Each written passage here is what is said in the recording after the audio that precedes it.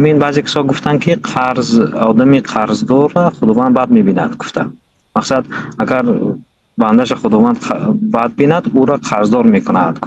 همین من تعجب افتاد که مثلا آدمی زاد هر گونه سوستات سیش هست و در این حالت ها آدمی هستن که همه آدم میخرند و اگر مثلا از همه ها اگر پول طلب کنیم یعنی که و اگر بخرند و بیتیان قرض تیان و همین قرض هم اگر مثلا چی نباشد یعنی خلط نباشد و برگردونده دهید در وقتش، این هم با اعوذ بالله من الشیطان الرجیم این هم به شریک آوردن خداوند یعنی به محتاج بودن به بنده میاد یا که کاری درست می شود. نعوذ بالله.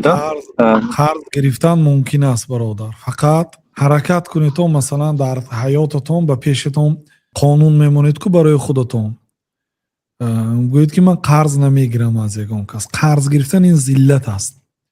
ذلت یعنی خواری، خاصتا از خودتون بلند آدم با رفته قرض میگیرید که آدمی پولدارتر به بسیار دشوار است. بیچاره آدمی که پایان هست، شرایطش وضع زندگیش پایان تر است از آدمی از خودش کلانتر، مرتبهش هم در دین یا دنیا بلندتر باشد، وقتی پول میگیرد خودش خوار حساب میکند تا پرسیدن شبش که فکر میکند یا که 10 بار 100 بار فکر میکند که می آدم میداده باشه یا نمیداده باشد، خفه میشده باشد نه و یک عذاب میپرسد. در این حالت نگیرید بهتر. اما آدمی که از خودتون پست قرض میگیرید، پول بیار میگوید مثلا قرض بیار ما میتیم میگوید مثلا دوستی نزدیک یا شاگرد یا کی برادر یا کی مثلا عموما از خودتون خورد از خودتون کم بغلتر، اینند ذلت نیست. اینم به شرطی که قرض در وقتش گردونید. قرض گرفتن حلال است لیکن نگرفتن بهتر است. قرض اصلا این ذلت است، یعنی خواری هست، لیکن شرک به الله نه.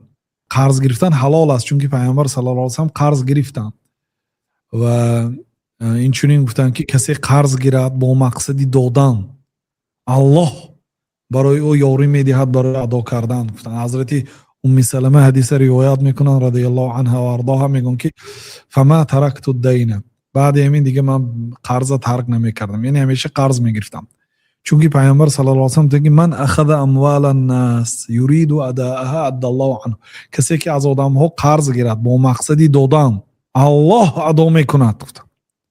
و کسی که از مردم قرض گیرد با مقصدی ندادن، یک آدم یکی ابرو اومده من خیر کنید نمیگفت، قرض دید میگفت دوستانی نمیتیاد، این خیلی حاضر پور شدگی قرض داده ایستید میگفت یا پولای کلان میگفت داده هم نمیتوند، باوریش هم نیست که داده میتوند، داده هم نمیتوند، دادنی هم نیست، میگیرد این پوله.